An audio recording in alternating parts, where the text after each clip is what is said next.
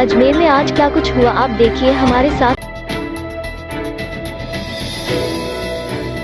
सोमवार और मंगलवार को दीपावली पूजन के बाद बुधवार को अजमेर शहर में राम अन्नकूट उत्सव और गोवर्धन पूजा का पर्व मनाया गया। बुधवार को सुबह लोगों ने अपने निवास के बाहर गाय के गोबर से गोवर्धन जी बनाकर उनकी पूजा अर्चना की। रोली मोली हल्दी मिष्ठान आदि से गोवर्धन जी की पूजा की गई। महिलाओं ने गोवर्धन जी की पूजा कर परिवार में सुख समृद्धि की कामना की। आज सुबह से लोगों ने एक दूसरे के घरों पर जाकर दीपावली की शुभकामनाएं दी। कई स्थानों पर आज अन्नकूट महोत्सव भी मनाया गया। घरों में आज अन्नकूट बनाकर भगवान को भोग लगाकर प्रसाद ग्रहण किया। इसी प्रकार मंदिरों में भी अन्नकूट का प्रसाद वितरण किया गया।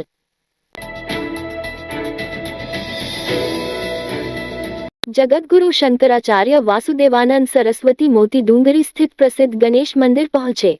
उन्होंने भगवान गणपति की विशेष पूजा अर्चना कर देश के लोगों के कल्याण की कामना की। मंदिर पहुंचने पर महंत कैलाश शर्मा और अन्य पुजारियों ने वैदिक मंत्रोच्चार के साथ उनका स्वागत किया।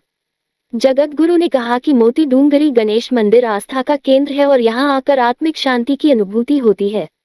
उन्होंने मंदिर परिसर में दर्शन के बाद संक्षिप्त प्रवचन भी दिया, जिसमें धर्म, संस्कार और भक्ति के महत्व पर प्रकाश डाला।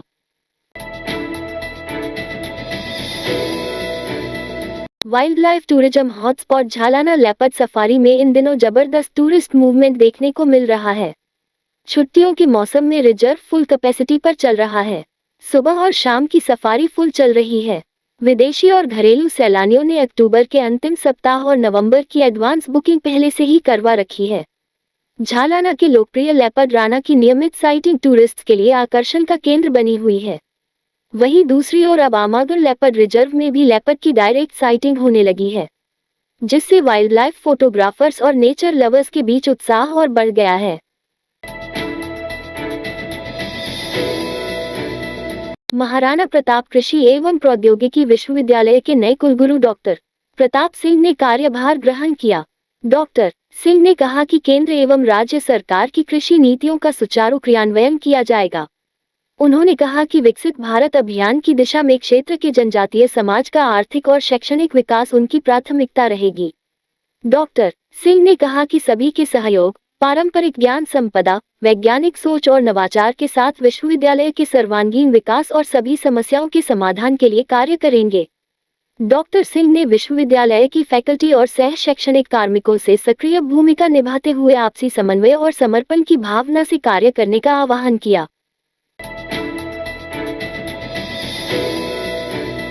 लेक सिटी के पर्यटन स्थलों पर सैलानियों के मेले लगे।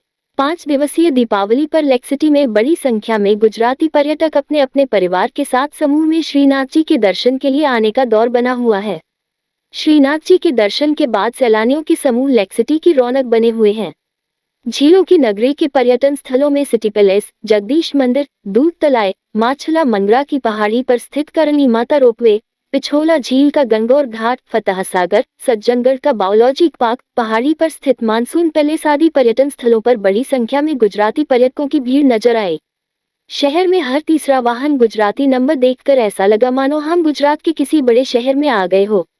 शहर में गुजरात के अलावा महाराष्ट्र, गोवा, दिल्ली राज्य के पर्यटक अपने परिवार के साथ घूमते हुए नजर आए। इसी कड़ी में लेक सिटी में बुधवार को सहेलियों की बाड़ी उद्यान में सुबह से लेकर शाम तक सैलानियों की भीड़ देखी गई।